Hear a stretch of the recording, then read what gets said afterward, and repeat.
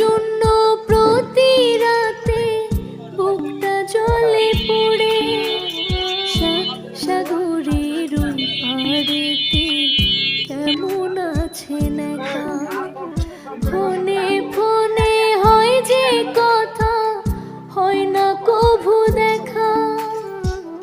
মনে আমার আপনার জন্য শুধুই দীর্ঘশ্বাস।